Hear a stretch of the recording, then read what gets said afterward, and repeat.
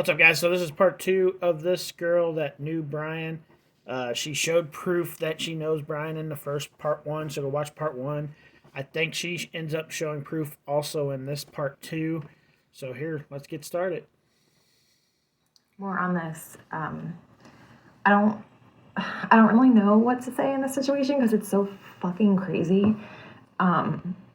Imagine getting up in the morning tomorrow and finding out somebody that you used to hang out with, you used to talk to, you used to know, you've done shit with, you've been around, been in your vehicles, you've been to their house, they've been to your house, you've been to their parents' house, their parents have been to your house.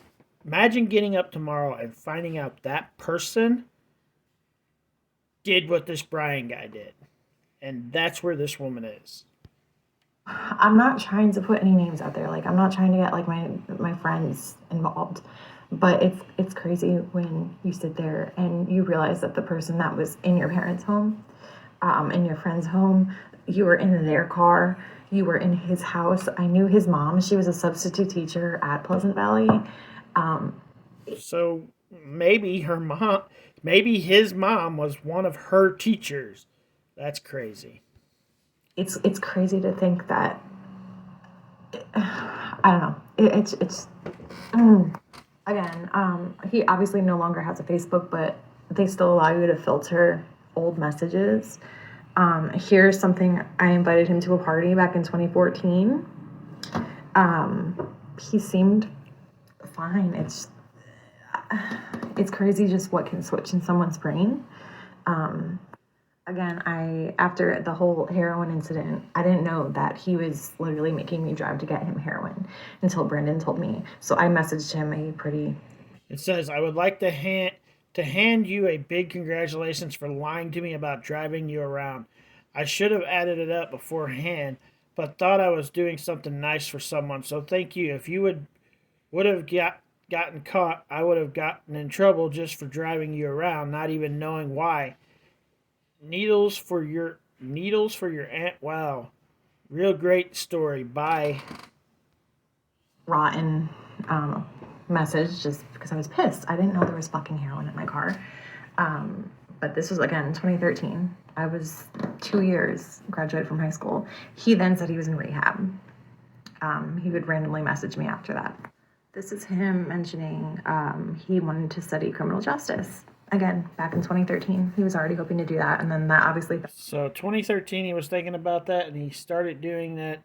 I think he went to a college for a little bit and graduated, and then started a different college a few years later. I think that's what happened. Like, I'm not 100% for sure. If that's not correct, let me know in the comment section. But I think he went to two different colleges. Just let me know. Fell through because he said he went to rehab. But apparently he went back at it. And again, in 2017, that's when it seemed like everything was fine and he was doing great for himself. So it was kind of crazy that this fucking happened. But yeah, this is also talking about, hanging out with Bryan, chilling with them. And then Brandon said they're like not friends anymore. And this happened a lot because of what he was doing, his addiction. And he had some anger issues. I know he did kickboxing. To kind of help with that, but a lot of people are thinking, how could this guy pull this off by himself? If he was taking kickboxing, he was making himself stronger and building his mind to be stronger. Because that all things like that, kickboxing, karate, jiu-jitsu, all that stuff, in order for it to work perfect, you have to build your mind. You have to sit your mind to it also. So he was doing kickboxing. So that was building him up and probably building up his mind to be able to take on four different people that night. But again, I wish I had more pictures. I'm sure I have plenty from MySpace days, but for some reason I cannot get onto my MySpace.